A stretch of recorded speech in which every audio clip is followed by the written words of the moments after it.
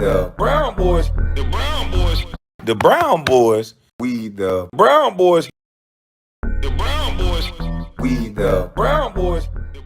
All right, let's show this CNN version.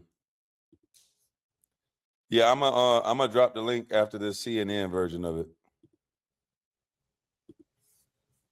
Disturbing. There is crude language in this. This is graphic, and we do not know the context around this. We don't know what happened before this video.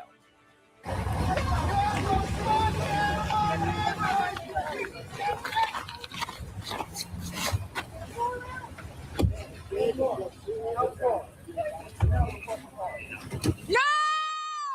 No! Shame! Shame! Oh my God! What the f? What the f? You just what the f did you do?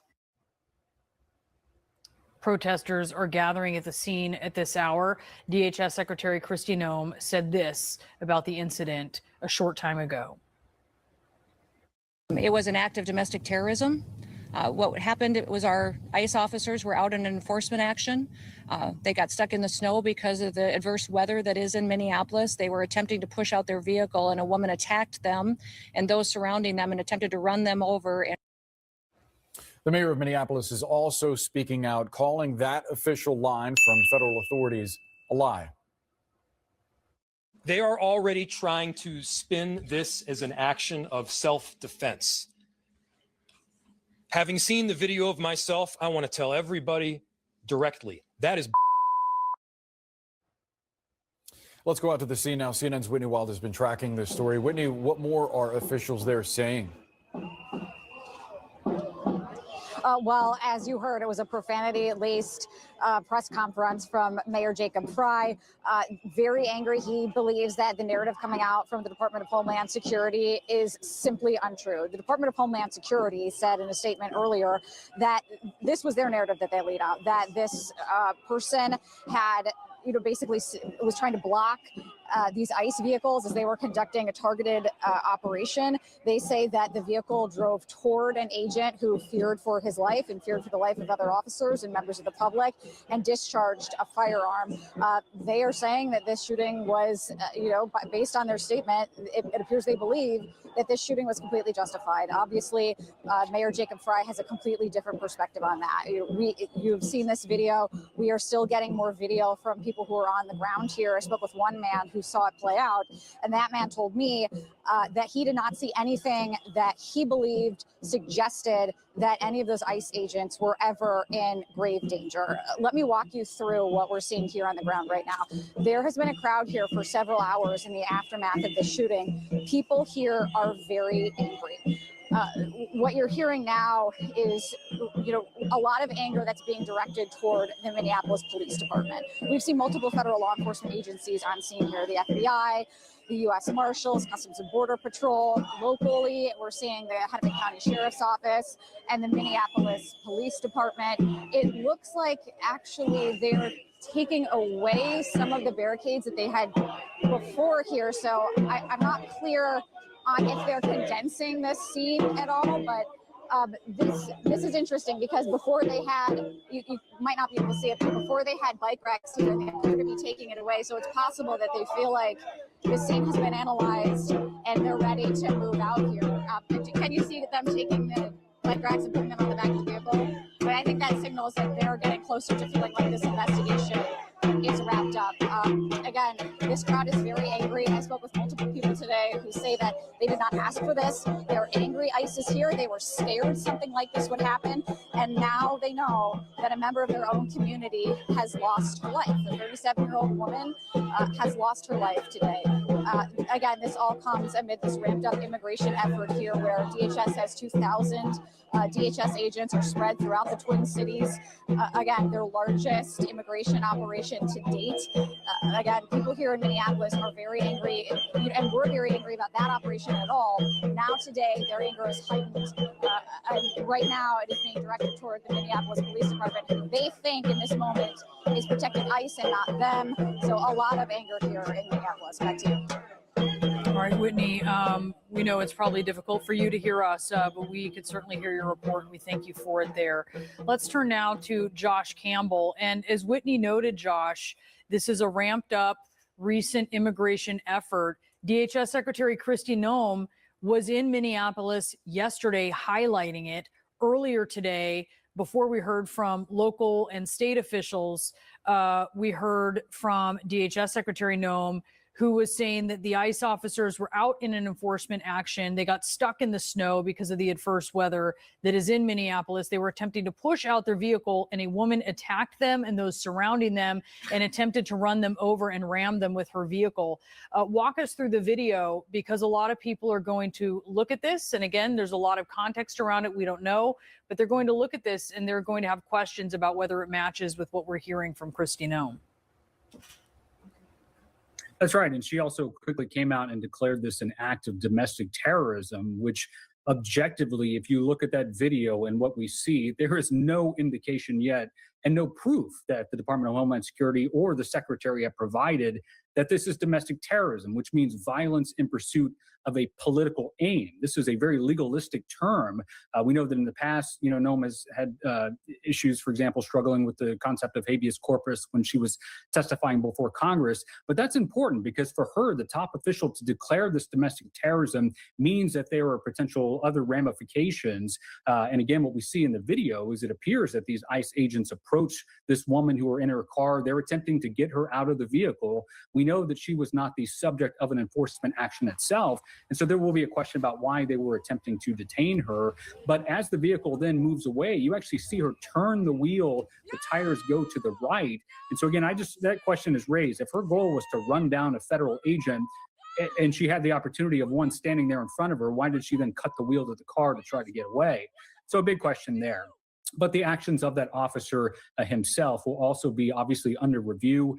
Legally, agents can use deadly force whenever the subject of that force poses an imminent threat to themselves or someone else. That agent has to articulate what the threat was. Now, we do see in that vehicle, from that video, that the vehicle does appear to make contact with that agent. So at that point, under policy, the agent could articulate, look, I was in fear for my life. I have this vehicle coming at me. But there will also be a big question, which every law enforcement officer from coast to coast knows. A lot of this comes down to judgment. Just because you can do something, should you? Could that agent have moved out of the way if this is someone who was, fleeing and didn't, it wasn't an indication of any other type of violence? Brianna, a good point that I also want to raise, which you had brought up, was the proximity of other agents who were near the gunfire that erupted. We saw just, that agent near the window that was mere inches from where the direction of travel of that bullet would have been. I'm here in Los Angeles, where we had recently another incident where an immigration agent was attempting to take a suspect into custody. The agent opens fire. He shoots the suspect. He also shoots a U.S. Marshal that is there trying to help with the immigration detention. And so there have been a lot of big questions raised about these aggressive tactics by these immigration agents. Are they operating under lawful order? Obviously, the president says yes. This is his big push across the country to try to crack down on unlawful immigration. But the question of how these agents are going about it certainly have raised a lot of eyebrows, even within the law enforcement community itself. And now, obviously, we're seeing this very questionable incident play out here.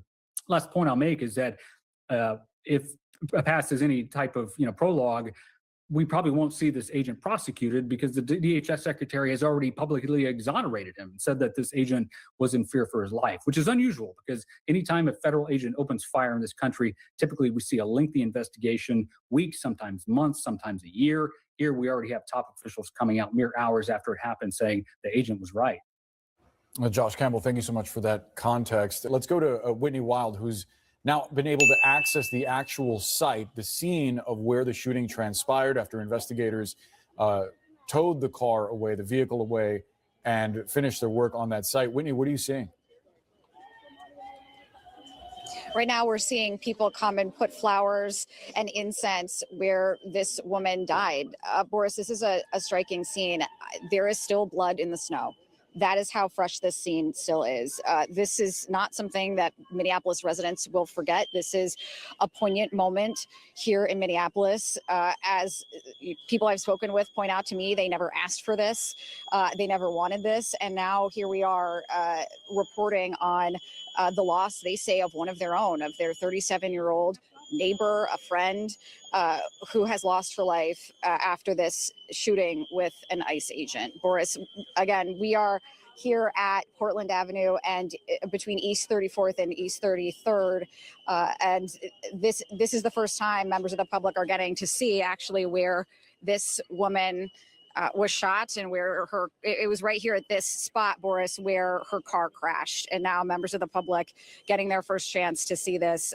This is a really extraordinary moment, Boris. So as you can see, they call it an extraordinary moment. I want to know what you guys call it. Come on up, give your opinions, your thoughts for a little bit. Because I don't get it. I don't see what the hoopla. The message should have been clear. Obey ICE agents. Please do not intervene. It would have been a simple conversation. If I'm the governor, that's my speech. This is an unfortunate incident.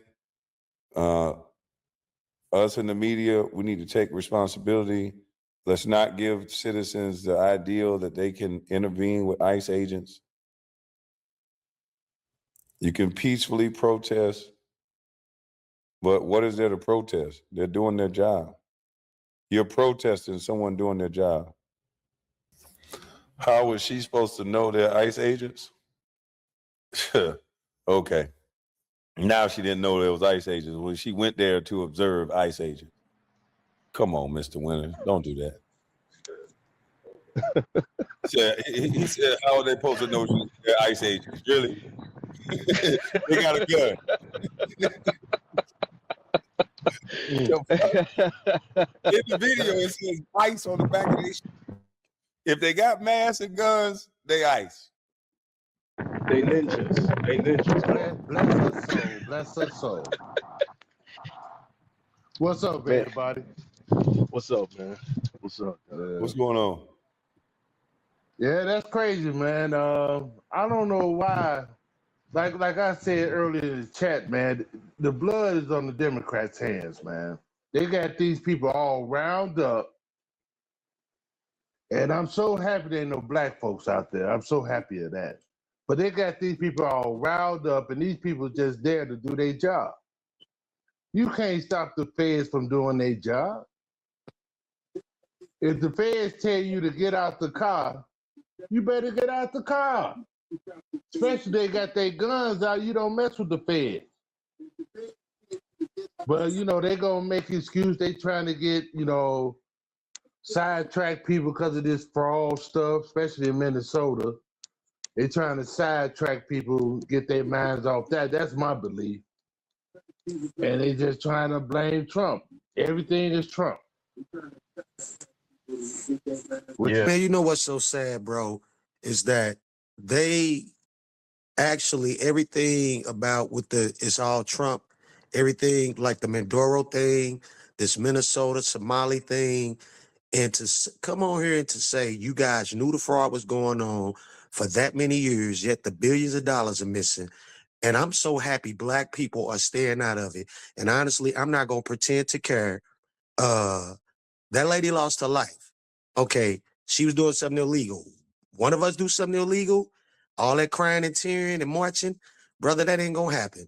And I'm so happy black people are staying out the way of something. Quit being a shield for all this crap that's going against us. Because everything they doing, they want to put us involved. They want us to be their shield. Don't fall and die for something that ain't got nothing to do with us. Yeah, I mean, when the agree. mayor comes out, Go ahead, when the mayor comes out and he says, man, this is bullshit. Like, and then tell people, hey, yeah, peacefully protest. It's like, dog, you just said a woman was shot unjustifiably. So, not gonna be mad. You got to You say said whatever what? you said before your mic went out. When the mayor comes out and says, oh, this is bullshit, how she got shot, whatever, it was unjustified. Like, bro, he knows damn well people ain't gonna protest peacefully. he knows damn well people gonna be mad. So he kind of playing both sides. You know what I mean? Like they understand like what people gonna do when you say some shit like that. Ain't nobody finna calm down after a woman was just shot if they perceive it to be murder. You see what I'm saying? Where do all these people come from is what I'm trying to get. If the first thing they showed up was because they're illegal immigrants, then they find out about all the scamming that's going on, then turn around, you got 50% of the people saying, hey, we need y'all here to figure out what's up with this scamming. So while they there, they going to snatch up some of those illegals also. So then out of nowhere, this 50% of people just shows up. They book all the hotel rooms to where the agents, law enforcement agents can't get a room, but these protesters just pop up out of nowhere and got all the rooms booked. Ain't none of this stuff making sense. Sound like somebody paying for it. Definitely. Yeah, I think so too.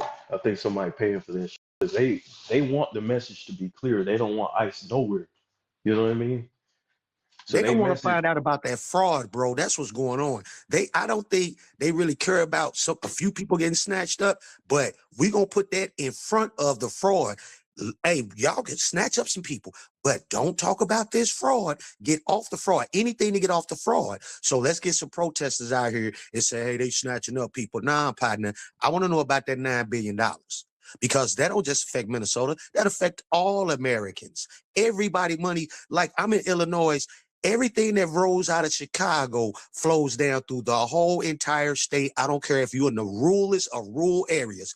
Everything Chicago does, it affects everything this governor does. He's the governor of the state, not just Chicago. The mayor is just the mayor of Chicago. But the governor knows everything that this trash mayor and his trash butt is doing to this state. Now, do I want to leave? No, I got a beautiful home and got some land. Do I want to leave? But the property taxes, it don't just affect Chicago people. It trickles down to everybody. And they doing the same in Minnesota. They doing the same in Ohio. They just doing this all over. And they want us to jump in front of it. Nah, we need to stay out of this one. This ain't got nothing to do with us. And if black people don't know nothing else, we done survived and survived and survived. It's something else. We'll just get through it like we get through everything else. Does it pisses me off? Yes, it does. But this ain't our fight.